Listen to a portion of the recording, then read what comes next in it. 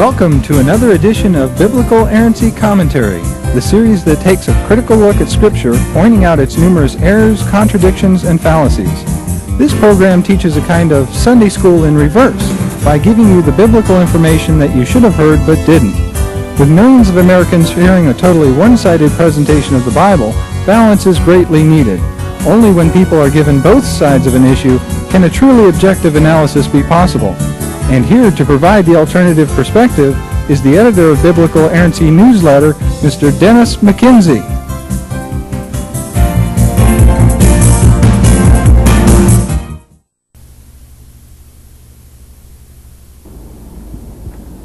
Welcome to the 69th edition of Biblical Errancy Commentary.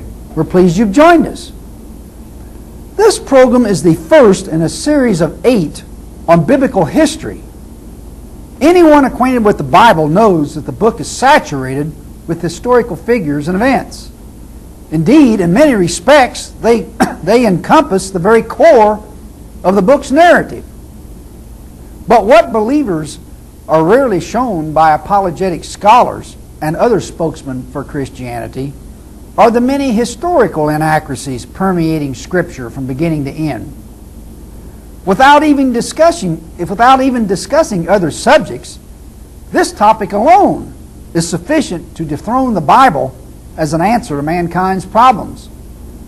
There are more than enough historical mistakes to prove beyond any doubt that the Bible is far from inerrant and couldn't possibly be the word of a perfect being. Historical problems, inconsistencies, improbabilities, and contradictions comprise a significant part of Scripture and related extra-biblical information. The following examples are more than sufficient to prove the Bible's historical unreliability. We'll begin with the Old Testament. First, if Noah was 500 years old when he begat Shem, as Genesis 5:32 says, and 600 years old at the time of the flood, as Genesis 7:6 says, then Shem had to have been 100 years old at the time of the flood, and 102 years old when he gave birth, or his wife gave birth, to Arphaxad 2 years after the flood. Yet Genesis 11:10 says Shem was 100 years old, not 102, when he became the father of Arphaxad 2 years after the flood. Second, according to Genesis 11:1 and 11:6, there was one world language when the Tower of Babel, or Babel, was created. Yet one chapter earlier, in Genesis 10:5, we are told, quote, the maritime peoples spread out into their territories by their clans within their nations, each with its own language. How could languages have been created at the Tower of Babel, or Babel, in Genesis 11, when Genesis 10:5 earlier shows there was already a variety of languages before the tower appeared?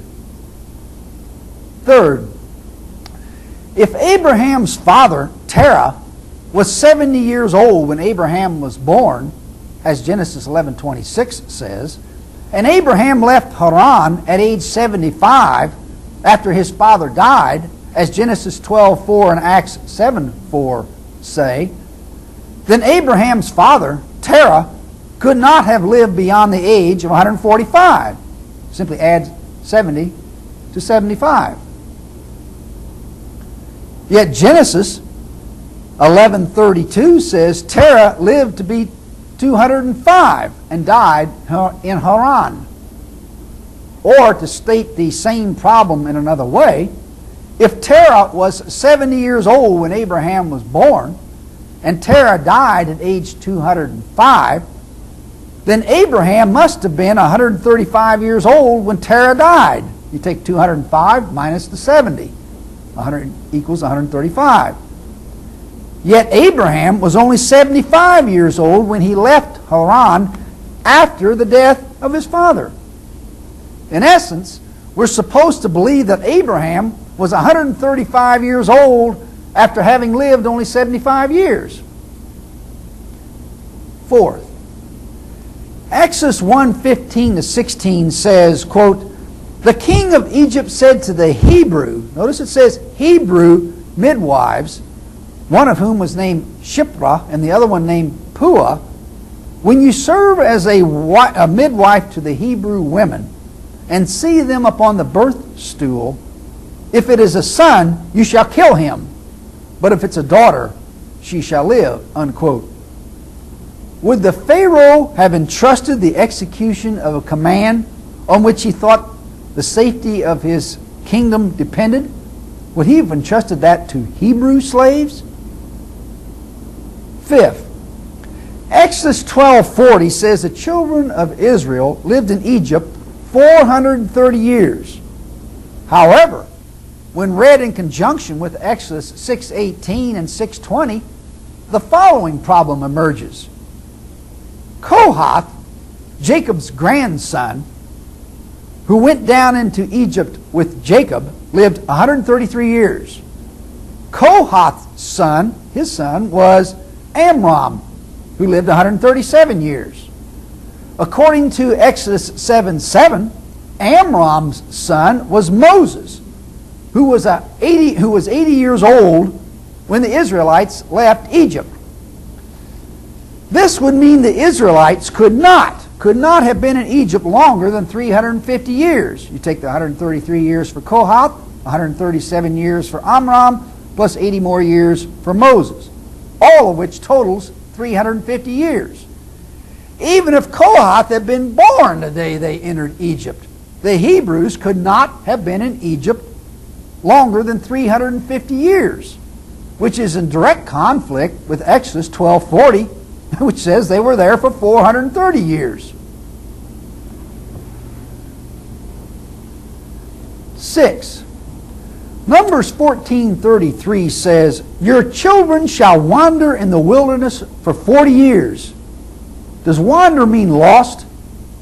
If so, how could hundreds of thousands of people be lost for 40 years in an area only 400 miles wide at its widest part?